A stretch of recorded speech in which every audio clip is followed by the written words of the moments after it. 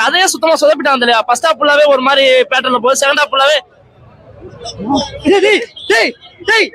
நல்லா இல்லடா படம், ஏன்டா அந்த மாதிரி பாருங்க. நானே பாருங்க, ஐயோ நல்லா இல்லடா படம், நீ 1000 தான் கூய் கூய் சொன்னாலும் படம் வேஸ்ட் தான். நல்லா இருந்தா நல்லா இருக்கு சொல்ல போறது என்ன இருக்கு? காசு கொடுத்து போறது நம்ம சுத்தமா இல்ல, டோட்டலாவே மாத்திட்டாங்க படம்.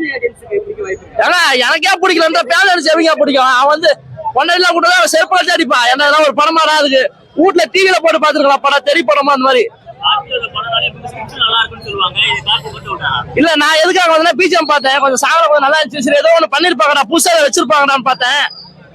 என்னடா அது அது மட்டும் அதை காட்டியே நம்மள ஏமாத்திட்டாங்க, அப்படிதான் சொல்லணும். வா வாத்தியார், நீ வராத வாத்தியார், வீட்டுக்கு போ வாத்தியார், அப்படிதான்.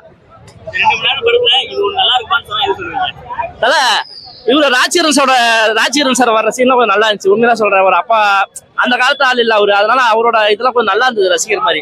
மத்த எல்லாமே வந்து சொதப்பன மாதிரி இருக்கு. என்னடா வாவாஜான்னு வச்சிருக்காங்க, திடீர்னு பார்த்தா திரும்பி டேய் நல்லா இருக்கியா, ஏய் நல்லா இருக்கியா நம்மளே தான் சொல்லிக்கணும். ஒண்ணுல தலைவா அப்படியே கெட்டா ஹீரோ பொங்குவாரு. ஃபர்ஸ்ட் எல்லாம் வந்து சைட்ல வாங்கிப்பாரு, அப்புறம் பொங்குவாரு. அந்த பொங்கறதான் காட்டிருக்காங்க.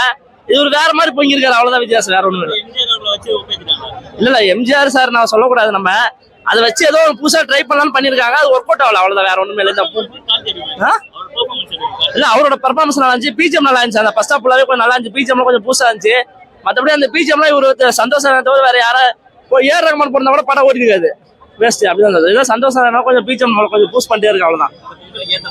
பொங்கலுக்கு ஏத்த படமா? அழகா வீட்டுல போய் தேடி போட போறாங்க.